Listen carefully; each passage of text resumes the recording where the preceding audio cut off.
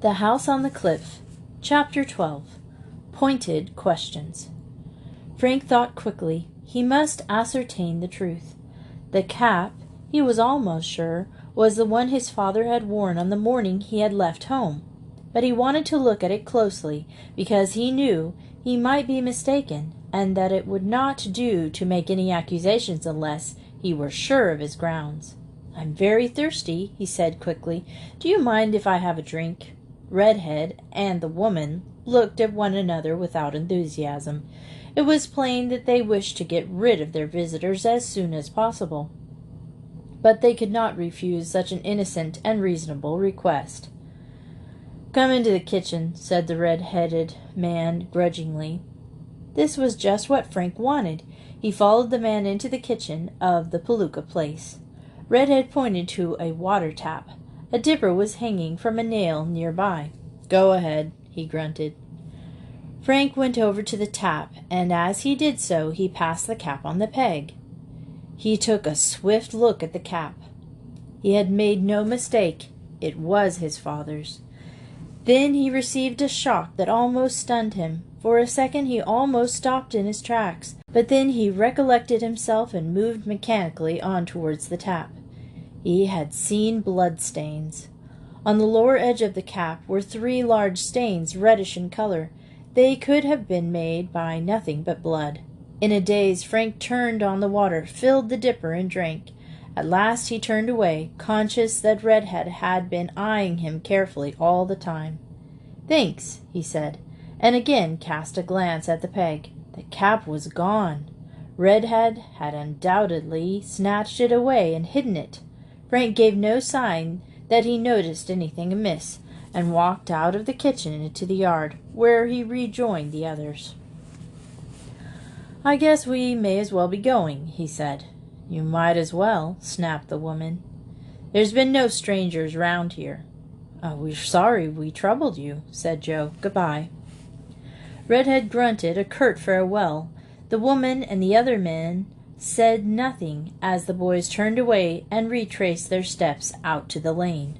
For a while they walked on in silence, and then, when they were out of sight of the house, Frank turned to the others. "Do you know why I went into the kitchen?" he asked. "Why?" they demanded eagerly. And Joe put in, "I thought there was something fishy about the way you asked for that drink." "What did you see?" "I saw Dad's cap hanging on the peg." This caused an immediate sensation. Phil Cohen whistled in amazement. "Then he has been here! They were lying." "Are you sure it was Dad's cap?" asked Joe. "Positive. I'd recognize it anywhere.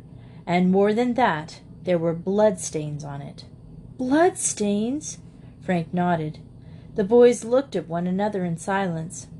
"This is serious," declared Joe finally. "We can't let them get away with this." "I'll say we can't," agreed Chet. "Let's go back." "I was going to argue it out there and then, but I thought I'd better tell the rest of you first so that you'd know what it was all about," Frank explained. "He may have been," Joe left the sentence unfinished. "He may have been murdered," said Frank firmly. "And we're going to find out about it. What do you think we'd better do?" "I think we'd better go back and tell them we saw the cap and ask how it got there." "That'll force a showdown. They don't like us any too well as it is, so we won't have to be very polite to them." The boys held a council, and it was unanimously agreed that the matter should not be dropped. Each was of the opinion that the trio now occupying the house on the cliff were far from savory, and that the fact of Fenton Hardy's cap being seen in the kitchen was a clue of first-rate importance. "He snatched the cap away when my back was turned," went on Frank. "That shows there's something wrong," Chet affirmed. "We'll go back and tackle him right away. No time like the present. Let's go."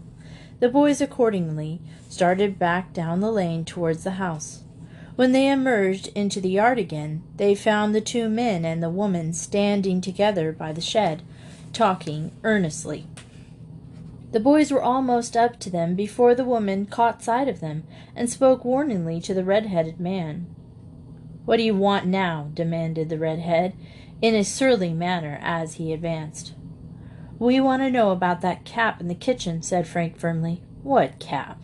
There's no cap in there." "There isn't now, but there was. It's a gray cap, and it was hanging in there when I went in for a drink." "I don't know anything about no cap," persisted the red-headed man. "Perhaps you want us to ask the police up here to help us find out," put in Tony Prideaux cheerfully. Redhead glanced meaningfully at the woman. The other man stepped forward. "I know the cap he means," he said. "It's mine. What about it?" "It isn't yours. You know it," declared Frank. "That cap belongs to the man we're looking for." "I tell you it is my cap," snapped the man, showing his yellow teeth in a snarl. "Don't tell me I'm lying." Redhead stepped forward diplomatically. "You're mistaken, Clyme," he said. "I know the cap they mean. That's the one I found on the road a few days ago." "You found it?" asked Frank incredulously. "Sure, I found it. A gray cap with bloodstains on it." "That's the one. But why did you hide it when I went to the kitchen?" "Well, to tell the truth, them bloodstains made me nervous. I don't know but what there might be some trouble come to it, so I thought I'd better keep that cap out of sight." "Where did you find it?" Joe demanded. "About a mile from here." "On the shore road?" "Yes. It was lying right in the middle of the road." "When was this?" "A couple of days ago, just after we moved in here." "Let's see the cap," suggested Chet Morton. "We want to make sure of this." Redhead moved reluctantly towards the kitchen. The woman sniffed. "I don't see why you're making all this fuss at this hour of the day, disturbing honest folks." "We're sorry to disturb you, ma'am," said Joe, "but this is a serious matter." Redhead emerged from the house, holding the cap in one hand. He tossed it over to the boys. They examined it eagerly. Frank turned back the inside flap, and there he found what he was looking for, the initials F.H., imprinted in indelible ink on the leather band. "It's Dad's cap, all right." "I don't like the look of those bloodstains," said Joe, in a low voice. "He must have been badly hurt." To tell the truth, the inside of the cap gave evidence that the wearer had been severely injured, for the bloodstains were of large extent. The boys examined them gravely. "Are you sure you found this on the road?" Frank asked doubtfully. "You don't think I'd lie about it, do you?" "We can't very well contradict you. I don't mind telling you that we're going to turn this over to the police. The man has disappeared, and by the appearance of this cap, he has met with foul play. If you know anything about it, you'd better speak up now." "He doesn't know anything about it," shrilled the woman angrily. "Go away, and don't bother us. Didn't he tell you he found the cap on the road? Why should he know anything more about it than that?" "We're going to take this cap with us." "Take it," snapped the red-headed man. "I don't want it." The boys turned away. Nothing further was to be gained by questioning the trio in the yard. And, at any rate, the lads had gained possession of the cap. "We'd better go," said Frank in a low voice. They went back towards the lane. As they entered it, they cast a last glance back at the yard. The woman and the two men were standing just where they had left them. The woman was motionless, her hands on her hips. Redhead was standing with his arms folded, and the other man was leaning on an axe. Chapter 13. A Plan of Attack. Back in Bayport, the boys discussed their visit to the house on the cliff from all angles. None was satisfied with the explanation the red-headed man had given about the presence of the blood-stained cap in the house. "I'm sure he knows more about it than he cares to tell," declared Frank. "The other chap started to claim it at first, and then he stepped in with his story," Chet pointed out. "That's the most suspicious part of it. And then, when I went into the kitchen in the first place, why should he have hidden the cap?" "It's a mighty mysterious thing," said Joe. "The fact that Dad has disappeared and the fact that there are bloodstains on the cap. We ought to turn it over to the chief colleague, suggested Phil. The boys looked at one another doubtfully. Chief of Police Colleague was a fat, pompous official who had never been blessed by a superabundance of brains. His chief's satellite and aide-de-camp was Oscar Smoof, a detective of the Bayport police force. As Chet was fond of remarking, if you put both their brains together, you'd have enough for half-wit. I don't think it would do much good, said Frank, but it wouldn't do any harm either. Colleague might be able to throw a scare into them anyway, if he went up to the house and began questioning them. The boys, therefore, trooped down to the police station, and after stating their business to the desk sergeant, were admitted to the chief's private office. They found Chief Colleague and Detective Smoof deep in a game of checkers. "It's your move, Smoof," said the chief. "What is it, boys?" he demanded, looking up. Frank produced the blood-stained cap, explaining how and where he had found it.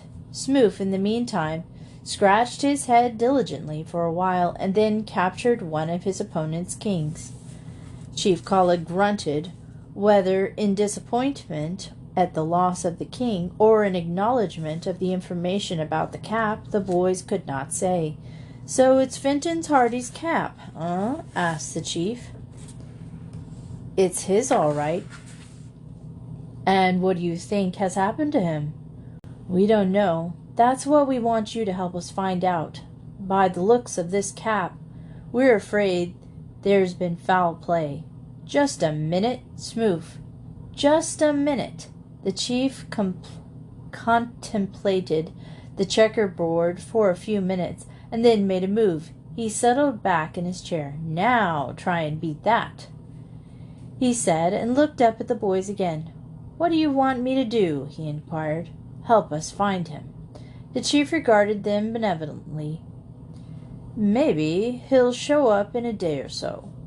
"He's been missing long enough already," protested Joe. "We want you to go up to the Palooka place and question those people. They know more about the affair than they care to tell." "The Palooka place!" exclaimed the chief, pursing his lips. "Well, you see, it ain't in the city limits. But Fenton Hardy is a Bayport citizen. What do you think about it, Smoof?" "Just a minute. It's my move." Smoof meditated over the checkerboard for a while, made his move, and then looked up judiciously. "To tell you the truth, Chief," he said, "I think we'd be just as well staying away from Palooka Place. There's been odd stories about it." "That's what I think," agreed the chief. "Do you mean to say you won't help us look for him?" exclaimed Frank. "Oh, we'll keep our eyes open," the chief promised.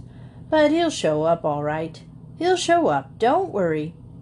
"He'll never show up if you wait for the Bayport Police Department to get into action," declared Chet warmly. "Is that so?" said Chief Colleague. "Of course, Chief," said Frank smoothly. "If you're afraid to go up to the Palooka place just because it's supposed to be haunted, don't bother. We can tell the newspapers that we believe our father has met with foul play, and that you won't bother to look into the matter. But don't let us disturb you at all." "What's that about the newspapers?" demanded the chief, getting up from his chair so suddenly that he upset the checkerboards over Smoof's lap.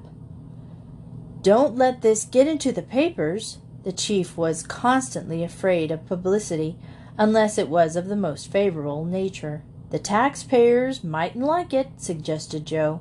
"They pay you to enforce the law, and if they know you're afraid to go up to Palooka Place." Now," said the chief nervously. "Who said anything about being afraid of the Palooka Place? Can you take a joke? Of course, I'll go up and investigate this. At least, I'll send Smoof up." "Who, me?" demanded Smoof in alarm. "Smoof and me, we'll go up together." "I'm doggone sure I won't go up alone," demanded Smoof. "Well, as long as we're sure you'll investigate, we won't say anything to the newspapers," said Frank, and Chief Colleague breathed a sigh of relief. That's fine, he said. "Smoof, Smoot and me will go up there first thing tomorrow morning, and if we find out anything, we'll let you know." But although Chief Collig and Detective Smoot duly departed Bayport the next morning in a noisy automobile, with Smoot perched nervously at the wheel, they returned before noon with the news that they had been able to discover nothing further regarding Finton Hardy. They had, they said, called at the house, but the people there had given reasonable explanations as to the finding of the cap. "Real nice people they were, too," added Chief Collig. "The man said he found the cap on the road, and why should he tell a lie about it? So Smoot and me, we came away." "Yes," agreed Smoot proudly, "we came away." "In a hurry," suggested Joe sarcastically. Collig and Smoot looked uncomfortable. To tell the truth, they had been so impressed by the fearful stories they had heard of the house on the cliff that they had stayed no longer than what was necessary. They had merely asked a few perfunctory questions of Redhead, and received his explanations of the finding of the cap, and had then hastily departed. "We've done our duty," declared Chief Collig. "No man can do more." And with that the boys had to be content, but they were not satisfied. "There's some connection between this smuggling outfit and the house on the cliff," declared Frank. "This man Snakely is mixed up in it. I'm sure of that." "Didn't Mother say he was related to Felix Palooka?" "Yes, and isn't it likely that he inherited the Palooka farm after the old miser died? Perhaps that's what encouraged him to move his smuggling operation here. Perhaps Snakely was one of the 2 men he saw at the farm." "I wouldn't be surprised," said Frank, "but what I'm thinking of is this. Where did these 2 motorboats come from that day Jones was shot at?" "We didn't see them out in the bay. They seemed to come right out from under the cliff." "Do you mean you think there's a secret harbor in there?" "There might be." "There might be. Look at it this way. Snakely was the man who got Jones that day, as he said. Snakely was related to Palooka, and may now own the farm. Snakely has been smuggling in Barmont Bay from some base that the government men have been unable to find. Perhaps that base is in Palooka Farm." "But it's on top of a cliff. There may be a secret passage from the house to some hidden harbor on the foot of the cliff." "Gosh, Frank, it sounds reasonable." "And perhaps that explains why the kidnappers got away with Jones so quickly that day. If they left the Kane farmhouse just a little while before we did, we should have been able to get within sight of them anyway. But we didn't." "You mean they returned in at the Palooka place?" "Why not? Probably Jones is hidden there right now, and that is, if they haven't killed him," he added hesitatingly. "But what could have happened to Dad?" "That's what we're going to find out. What do you say to asking Tony if his father will lend us his motorboat and let us investigate the foot of that cliff?" "What do you expect to find?" "We'll find out if there's any place where a motorboat could be hidden, and if we get any information, we can turn it over to the government officials and have the Palooka place raided. Then we'll get some satisfaction out of it anyway, and perhaps find out what happened to Dad." Chapter 14. Private Property. The Hardy boys explained their plans to Tony Prideaux, who promised to ask his father about the motorboat, provided they allow him to go with them. "I wouldn't miss it for anything," he said. "You let me come along on that trip with you, and I'll see that we get the boat." "We wouldn't go without you, Tony," promised Frank. "I'll have the boat tomorrow afternoon. Be at the boathouse." Tony was as good as his word, and when Frank and Joe appeared at the little boathouse, one of a long row of ramshackle buildings along the shore, next afternoon, they found Tony clad in a greasy suit of overalls, tinkering with the engine. He was of a mechanical turn of mind, and could never see an engine of any kind without investigating its most intricate machinery. "She'll run as smoothly as a sewing machine," he declared, looking up. "We can start any time. Your father let you have the boat all right?" "You bet. I told him it was to help find your father, and he was almost going to quit work and come along with us." The boys got into the motorboat, which was a powerful craft with graceful lines, and the engine was soon roaring. The boat, which was called the Napoli in honor of Mr. Pritto's birthplace in Italy, moved slowly out into the waters of the bay, and then gathered speed as it headed towards the gloomy cliffs at the northern extremity of Barmont Bay. It was already late in the afternoon. The sky was overcast and the bay was rough. The salt spray dashed over the bows of the Napoli as it plunged through the breakers. Bayport soon became a smoky haze on the hillside. The boys could see the white lines of the shore road rising and falling on the coast to the north, and at last they came within sight of the Kane farm, nestled among the trees. The cliff upon which the Palooka place stood was the stark and sheer against the background of the ocean sky, and at the top they could see the grove of trees and the roof and the chimneys and the haunted house. "Lonely-looking place," remarked Joe. "Pretty steep cliff," Tony observed. "I can't see how anyone could make this way up and down the slope to get to the house." "That's just why nobody has thought of possibility of the place as a smuggling base," said Frank. "It doesn't look possible. But perhaps when we look around, we'll find that things are different." Tony steered the boat closer in towards the shore so that it would not be visible from the Palooka place. Then he slackened speed so that the roar of the engine would not be so noticeable, and the craft made its way along toward the bottom of the cliff. There were currents here that demanded skillful navigation, but Tony brought the Napoli through them easily, and at last the boat was surging along close to the face of the cliff. The boys scanned the formidable wall of rock eagerly. It was just an unscalable craggy wall. Suddenly Tony bore down on the wheel. The Napoli swerved swiftly to one side, and at the same time the engine roared as the craft leapt ahead. Frank and Joe looked quickly round. "What's the matter?" they asked in alarm. But Tony was gazing fixedly ahead. He was tense and alert. Another shift of the wheel, and the Napoli swerved again. Then the hardy boys saw the danger. There were rocks at the base of the cliff. One of them, black and sharp, like an ugly tooth, jutted out of the water almost immediately at the side of the boat. Only Tony's quick eye had saved them from striking against it. They had blundered into a veritable maze of reefs, which extended for several yards ahead. They held their breath.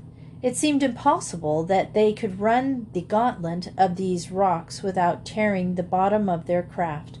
But Tony's steersmanship was marvelous. The motorboat threaded its way accurately along the jutting rocks. There was always the chance that a submerged reef might rip through the hull of the craft, but they had to take chances on that. But luck was with them. The Napoli dodged the last ugly rock and shot forward into the open water. Tony sank back in with a sigh of relief. "Whew, that was close," he exclaimed. "I didn't see those rocks until we were right on top of them. If we'd ever struck one of them, we would have been goners." The hardy boys believed him. Angry waves dashed against the base of the cliff. They would not have lived more than a few minutes if they had been wrecked in that place. They would have been battered to pieces against the rocks. Suddenly before them they saw an opening in the side of the cliff. It was a long, narrow cove. The entrance was like the neck of a bottle, widening as it led into the cliff, and it was overshadowed by a jutting rock. It had been quite invisible up to this time, and the boat had gone only a few yards further before it became invisible again. So well was the opening hidden by the rocks.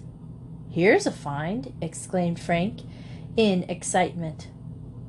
"Let's turn back and see where it goes to." Tony swung the boat round, and the craft slowly made its way back towards the hidden cove. Soon the opening in the cliff came into view again. "It's just large enough for the boat to go through," said Tony. "Want me to try it?" Frank nodded. "Go ahead." The nose of the boat turned towards this strange bay, and then the Napoli began to enter the cove.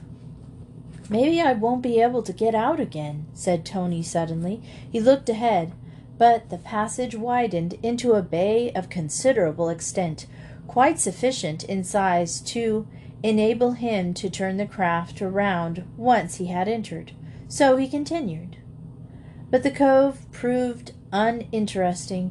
The sides were steep, although dense bushes grew about the base of the slopes. But there was no path, no trail, no indication that any human being had ever been in that place. Being protected from the wind, the water was calm. The echoes of the motorboat's engine were flung back from every side in roaring volume. Suddenly Frank gave a gasp of surprise. Standing among the thickets at the base of the steepest slope was a man. He was very tall, and he wore a black felt hat, the wide brim of which obscured the upper part of his face. His countenance were tan and weather-beaten. His lips were thin and cruel. He wore a short black jacket, and he stood with his hands plunged into the side pockets, his feet spread wide apart in the manner of a seaman. He was standing there, quietly gazing at them, without a shadow of expression on his sinister face, as motionless as a statue. When he saw that he was being observed, he called out, "Leave this place!" Tony throttled down the engine. The three boys stared at the man in black hat, as though he were an apparition. "Leave this place," he repeated, in a curiously metallic voice. "We aren't doing any harm," replied Frank. "Not now," said the stranger. "But don't land here." "Why?" "You don't have to ask why. This is private property. You can't land here. You'd better leave at once." The boys hesitated. As though to emphasize his commands, the man in the black hat had reached suddenly into his pocket and whipped out a wicked-looking revolver. Then he folded his arms, tapping the barrel of the revolver against one shoulder very deliberately. "Turn that boat round and get out of here," he snapped. "Don't come back. Don't ever come back. Don't ever try to land here. This is private property. If you ever do land here, you'll be shot." The boys were unarmed. They realized that nothing would be gained by argument. Tony slowly brought the boat round. "Goodbye," shouted Joe cheerfully. The stranger did not reply. He stood there, gazing fixedly after them, his arms folded, still tapping the revolver against his shoulder, as the motorboat made its way out of the strange bay, out into open water. "Looks as if he didn't want us around," remarked Tony, as soon as the Napoli was out of the cove. "I'll say he didn't!" exclaimed Frank. "What a wicked-looking customer he was! I expected to see him start popping out at us with that gun at any moment." "I don't want to run into him again," Joe declared. "He sure gave us orders. And he meant it, too." "I wonder who he is," said Tony. "Do you think, fellows? Do you think it could have been Snakely?" shouted Frank.